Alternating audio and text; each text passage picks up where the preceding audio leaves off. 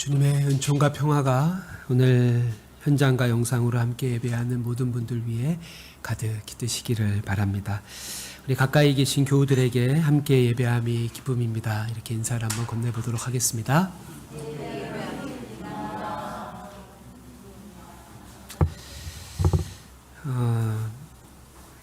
앞서 최준호 성도님께서 광고해 주신 대로 오늘부터 김지현 성도께서 우리 새사랑교회 반주자로 섬겨주시게 되었습니다.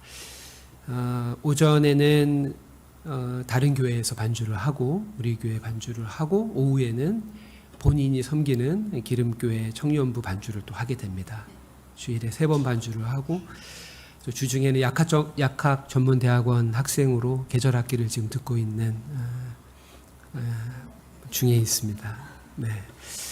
근데 그러면서 제가 작년 말에 반주 부탁을 했었고 목사님 너무 일정이 바빠서 힘들겠다라고 답을 했는데 다시 연락이 와서 반주자가 세워지셨냐라고 해서 지금 세워지고 있는 중이다라고 했더니 그러면 그 과정에서 자기가 조금 보탬이 됐으면 좋겠다라고 했고 미안해서 어떡하냐 그랬더니 자기는 새사랑교회에서 드리는 예배가 너무나 좋다. 목사님 죄송해 하실 필요 없이 제가 이 자리가 너무 저에게 귀하고 의미 있어서 함께하는 거다 그렇게 얘기해 주었습니다. 다시 한번 귀한 섬김에 감사드립니다. 오늘은 마태복음 14장 22절로 33절을 본문으로 예수께서 재촉하사라는 제목의 말씀을 짧게 나누도록 하겠습니다. 먼저 22절입니다. 예수께서 즉시 제자들을 재촉하사 자기가 무리를 보내는 동안에 배를 타고 앞서 건너편으로 가게 하시고. 아멘. 즉시라는 이 부사는 본문이 이전 단락과 연결됨을 보여줍니다. 지난주 말씀은 예수께서 행하신 기적 중에 가장 놀라운 오병이어 사건에 관한 것이었습니다. 떡 5개와 물고기 2마리로 5,000명을 먹이신 사건이었죠. 오늘 본문 역시 그의 못지않은 이적으로 깊은 밤 갈릴리 호수를 항해하던 제자들이 역풍을 만나 죽게 되었을 때 주님께서 크게 일렁인 호수 위를 걸어 제자들에게 오셨다는 이야기입니다. 그렇게 두 사건을 연결하는 부사 즉시뿐 아니라 재촉하사라는 동사에서 왠지 모를 초조함과 긴급함이 전해집니다. 주님은 해질 무렵 광야에서 5,000명의 무리를 먹이신 후 한숨 돌릴 틈도 주시지 않은 채 마치 등 떠밀듯 제자들을 건너편 마을 벳세다로 향하게 하셨고 또한 남은 무리들을 각자의 고을로 성급하게 해산시키셨습니다. 왜 그러셨을까요? 노자가 쓴 도덕경 2장에는 공성이불거라는 문장이 실려 있습니다. 내가 이룬 공에 오래 머물지 말라는 뜻입니다. 그 다음 글귀도 눈여겨볼 만한데요. 부유불거, 시의불거로 오래 머물지 않기 때문에 그 공이 사라지지 않는다라는 뜻이 됩니다. 이처럼 주님이 오병이어 사건에 흥분이 채 가시기도 전에 성급하고 또 단호하게 제자들을 호수 건너편 마을인 벳세다로 보내신 것은 제자들은 물론 자신까지도 이 기적이 가져다든 성취감과 고향감에 도취되지 않도록 하기 위함이었을 것입니다. 기적 그 자체에만 몰두하다 보면 정작 그것이 가리키는 바인 하나님 나라가 흐릿해지게 됩니다. 달을 봤으면 손가락은 잊어버리라는 뜻의 견월망지란 말처럼 예수께서 행하신 모든 기적은 하나님의 뜻과 나라를 가리키는 손가락입니다. 이것을 망각한 채 기적이 가져다주는 어떤 영적인 황홀경에만 천착해서는 안 될 것입니다. 그렇게 소비되는 신비 체험은 신앙을 부욕해 하기는커녕 오히려 그 뼈대를까지 흔들어서 형해화시킬 뿐입니다. 주님께서 무리를 거르신 사건은 이번이 첫 번째가 아닙니다. 마태복음 8장에는 이와 비슷한 일이 이미 기록되어져 있습니다. 그렇게 28장 분량의 마태복음은 1장부터 3장에는 예수 탄생과 유년 시절이, 4장부터 주님의 공생애가 시작이 됩니다. 5장부터 7장에는 유명한 산상수훈의 말씀이, 그리고 8장과 9장에는 10가지 기적이 연속적으로 소개되고 있습니다. 마태복음 전체에 20번 남짓의 기적사화 중에 8장, 9장 단 2장에만 10개의 기적이 집중적으로 그리고 연속적으로 소개되고 있는 것입니다. 그렇게 기적의 장이라고 불리우는 이 8장, 9장의 주제어는 다름 아닌 따름입니다. 8장, 9장에 가장 많이 등장하는 동사가 따르다입니다. 이처럼 예수께서 행하신 기적들, 그것에 대한 우리의 응당, 합당한 반응은 놀람이 아니라 따름이어야 합니다. 8장, 9장에 기록된 10가지 기적들 가운데 기적이 아닌 한 가지 사건이 그 사이에 끼어 있는데요. 바로 이 본서의 저자이자 세리였던 마태가 주님의 부르심을 듣고 주님의 제자가 되었다는 기사가 그 8, 9장의 10가지 연속된 기적사화 가운데 속해 있습니다.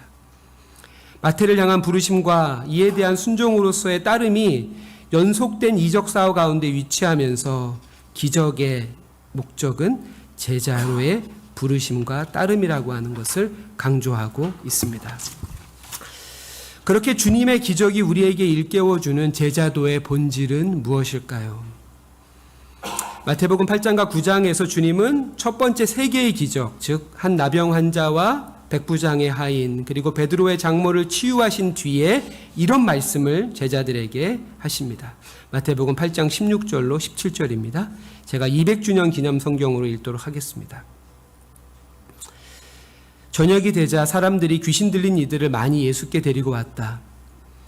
예수께서는 말씀 한마디로 영들을 쫓아내시고 앓는 사람들을 모두 고쳐주셨다. 그리하여 이사야 예언자를 시켜 그분은 몸소 우리의 병고를 떠맡으시고 질병을 짊어지셨다고 하신 말씀이 이루어졌다. 아멘. 이처럼 주님 스스로 자신이 행한 기적이 이사야 예언의 성취라고, 조금 더 구체적으로 말하면 종의 노래라 불리우는 이사야 53장의 예언을 성취하기 위한 것이라고 말씀하셨습니다. 이사야 53장 4절인데요.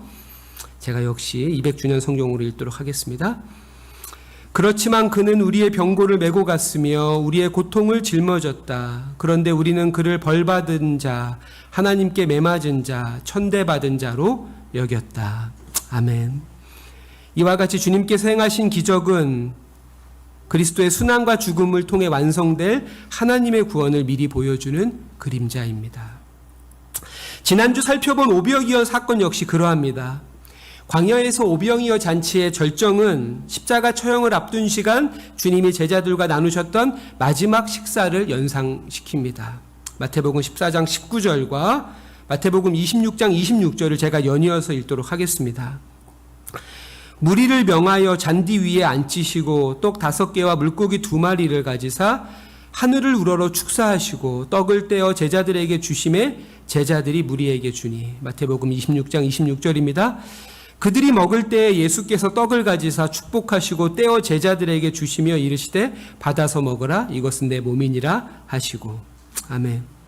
보신 대로 두 본문에 등장하는 4개의 동사 가지사, 축사하시고 떼어 주심에가 놀랍도록 일치합니다. 이처럼 오병이어 사건은 최후의 만찬과 그 너머의 십자가를 가르치는 이적임을 잊지 말아야 합니다. 그렇다면 오늘 본문에 갈릴리 호수를 걸어 제자들에게 오신 주님의 이야기는 어떻게 십자가 순환과 죽음의 예표가 되는 것일까요?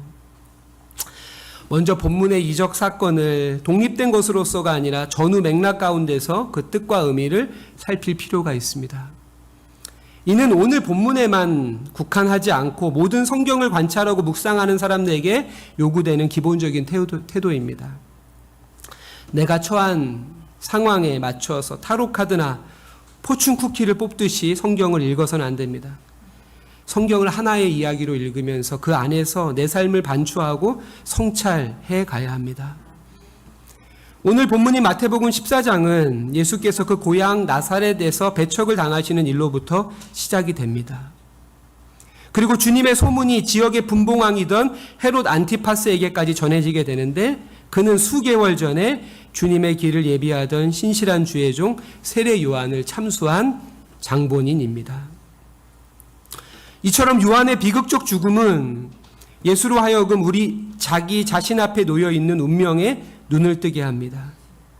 그리고 광야에서 셀 수 없는 무리들을 한 사람 한 끼 식사에 불과한 5개의 떡과 물고기 2마리만으로 배불리 먹이십니다.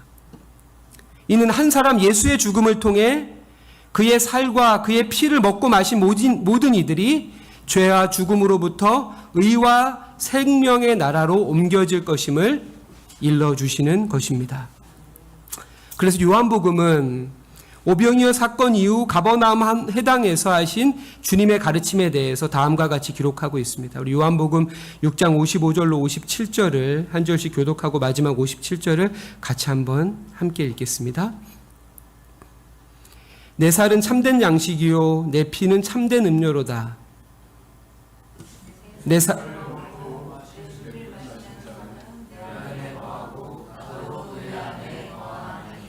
살아계신 아버지께서 나를 보내심에 내가 아버지로 말미암아 사는 것 같이 나를 먹는 그 사람도 나로 말미암아 살리라. 아멘. 이처럼 우리는 오병이어 사건을 즉자적으로만, 즉 자기 자신에 매몰된 채 해석해서는 안 됩니다. 떡을 먹고 배가 부른 것처럼 이 사건을 육체의 소욕이 만족해된 일로 받아들여서는 곤란합니다. 앞선 요한복음 6장의 말씀처럼 오병이어 사건은 한 개인의 배고픔을 해결하는 것을 넘어 새로운 관계와 공동체를 창조하시는 사건으로 하나님과 사람, 사람과 사람 사이를 잇는 십자가의 예표가 됩니다. 또한 오병이어 사건은 오늘 주님께서 갈릴리 호수 위를 걸으신 일과도 긴밀하게 연결이 됩니다. 늦은 오후 주님은 제자들로 하여금 벳세다로의 항해를 재촉하십니다. 그리고 주님은 오병이어 사건을 경험한 수많은 무리들을 각자의 고을로 흩어 보내십니다. 그렇게 등 떠밀듯 배에 오른 제자들에게 큰 시련이 닥칩니다. 항해는 이른 저녁에 시작되었지만 제자들을 태운 배는 매서운 바람에 막혀 나아가지 못하고 밤 사경, 즉 새벽 미명까지 호수 가운데서 표류하게 됩니다. 24절인데요. 배가 이미 육지에서 술이나 떠나서 바람이 거스름으로 물결로 말미암아 고난을 당하더라. 여기서 거스르다로 번역된 헬라어의 어원은 안티입니다. 안티. 여러분도 잘 아시는 대로 반대편에 적대시하는 이라는 뜻입니다. 이는 단지 제자들의 항해를 위협하는 갈릴리 호수의 바람과 파도만을 가르치는 것이 아닙니다. 1세기 그리스도인 공동체가 겪고 있는 현실을 드러내주는 표현입니다. 당시 그리스도교 공동체는 한편으로는 유대인들로부터의 방해와 다른 한편으로는 로마 제국으로부터의 박해에 직면해 있었습니다. 이처럼 제자들이 탄 배를 향해 거슬러 불던 바람은 당시의 신앙 공동체가 놓여있는 상황을 고스란히 보여주고 있습니다. 25절인데요. 밤 사경에 예수께서 바다 위로 걸어서 제자들에게 오시니. 아멘. 개인적으로는 주님이 바다 위를 걸으셨더라는 것보다 그렇게 제자들에게 오셨다, 헬라어로 엘코마이인데요. 제자들에게 오셨다는 이 말씀에 더 눈길이 갑니다. 무엇이 진정한 기적입니까? 오병이어로 수천 명의 무리들을 먹이시고 갈릴리 호수 위를 걸으신 그 일보다 하나님의 아들이 우리를 구원하기 위해 목수의 아들로 태어나셔서 평생을 가난하고 병든 이들과 함께 하시며 그 생명까지 우리를 위해 내어주셨다는 성육신과 십자가의 신비보다 무엇이 더 큰 기적이겠습니까?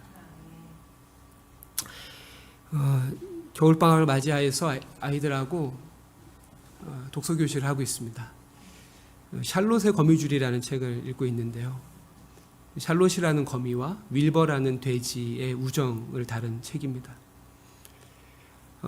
새끼 돼지 윌버를 크리스마스에 잡아먹는다는 소문이 동물농장에 퍼지면서 윌버가 비명을 지르고 이제 막 흐느끼기 시작을 합니다. 그러자 윌버의 친구였던 거미 샬롯이 내가 너를 죽음으로부터 반드시 구해주겠다라고 약속을 하죠. 그러니까 뭐 어떻게 거미가 돼지를 구할 수 있을까? 그래서 그 동물농장에 채워져 있는 그 거미줄에 그 거미가 글자를 쓰기 시작합니다. 대단한 돼지, 근사한 돼지, 겸허한 돼지라고 이제 글자를 쓰면서 사람들이 저 돼지는 영험한 돼지다. 저 돼지를 잡아먹어서는 안 되겠다. 이런 이야기입니다. 사람들이 너무 신기한 현상이니까 거미줄에 글씨가 쓰여져 있는 게 다른 마을 사람들까지 와서 그 동물농장을 구경하게 되죠. 그래서 그 마을에 의사가 있는데 도리언이라는 의사에게 사람들이 찾아가서 이 일이 어떻게 된 일이냐, 네가 과학자니까 의학 박사니까 설명해 봐라 그랬더니, 물론 거미줄에 글씨가 쓰여진 것도 놀라운 일이지만 나는 거미가 거미줄을 치는 게 더 놀랍다고 생각한다. 그게 더 큰 기적이 아니냐. 사람은 부모에게, 선생에게 배워서 어떤 일을 수행하는데 거미는 누가 가르쳐 주지 않아도 그 아름답고 견고한 거미줄을 치고 있지 않냐. 거미줄에 글씨가 쓰여진 것보다 거미가 거미줄을 치는 게 더 큰 기적이다.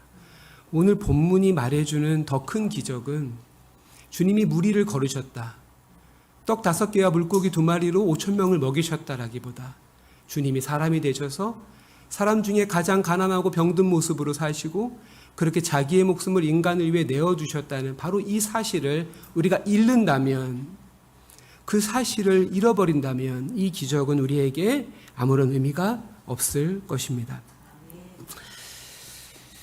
주님은 오병이어의 기적을 경험한 제자들을 잠시도 그 자리에 머물도록 하지 않으셨고 거친 바람이 부는 저 호수 너머 회개하지 않는 마을, 강팍한 마을 벳세다로 보내십니다. 그렇게 너희가 맛보고 경험한 복음의 능력을 거기에 안주하지 말고 가서 전하라고, 증거하라고 명하십니다. 그리고 이 사명 가운데는 하나님의 임마누엘의 약속이 충만하게 담겨져 있습니다. 마태복음 28장 19절로 20절인데요. 우리 역시 같이 한번 읽어보겠습니다. 시작. 그러므로 여러분은 가서 모든 민족으로 제자를 삼아 아버지와 아들과 성령의 이름으로 그들에게 세례를 베풀고 내가 여러분에게 명한 것을 모두 다 지키도록 그들을 가르치시오.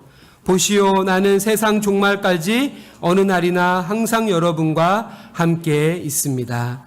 아멘. 주님께서 우리에게 맡기신 그 사명 가운데 하나님의 충만한 임마누엘의 약속이 있다는 것을 기억하시기 바랍니다. 벳세다는 고라신과 함께 회개하지 않는 마을로 주님께서 책망하시는 지역이죠.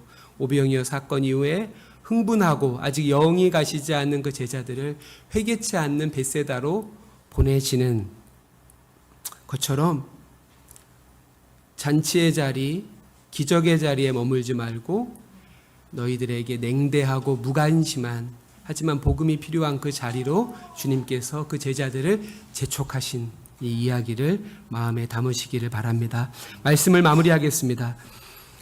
언제 교회는 가장 위험할까요? 십자가 없는 항해를 할 때라고 생각합니다. 반대로 교회는 언제 가장 안전합니까? 십자가를 향해 또 십자가를 나침판 삼아 항해할 때라고 생각합니다. 성경은 그 길을 가면, 십자가의 길을 가면 만사 형통할 것이라고 약속하시지 않습니다. 오히려 그 길을 가면 큰 바람과 거친 파도를 만나게 될 것입니다. 개인적으로 제가 올 한 해를 시작하면서 마음에 새기고 시작한 한 문장이 있습니다. 지난달 추천도서였던 서울대 김영민 교수의 우리가 간신히 희망할 수 있는 것의 한 문장인데요. 실패를 예감하며 실패로 전진하기. 이게 제 마음속에 2026년을 시작하며 품은 하나의 문장입니다. 실패를 예감하며 실패로 전진하기. 사랑하는 교우 여러분, 새사랑교회의 모든 걸음이 십자가를 향한 걸음이기를 원합니다. 새 2026년도에도 비록 속도는 느리고 걸음은 더디더라도 한결같이 낮고 어두운 곳을 향하며 소외된 이들에 대한 연민과 연대, 그리고 돌보비 나는 복음의 지향, 십자가의 지향을 잃지 않길 주님의 이름으로 축원합니다. 기도하겠습니다. 자비로우신 아버지 하나님, 입춘절기가 무색할 만큼 칼바람에 몸과 마음이 움츠러드는 이때 따스한 햇살 같은 주님의 은총으로 차갑게 식어버린 우리의 영혼을 녹여주셔서 다시금 세상의 빛으로 부르신 당신의 뜻을 깨닫고 순종하며 살게 하소서. 제자와 무리들을 오병이어의 기쁨과 환희에 머물지 못하도록 재촉해 흩으신 주님, 우리도 오늘의 예배가 성도의 책임의 끝이 아닌 시작이 되게 하셔서 일상의 삶 속에서 십자가의 도를 찾고 행하게 하시며 그렇게 우리를 거스르는 고난과 어려움 가운데서 우리에게 찾아오시는 주님을 만나는 참된 성도의 큰 영광을 누리며 살게 하소서. 감사드리며 우리 구주 예수 그리스도의 이름으로 기도드립니다. 아멘.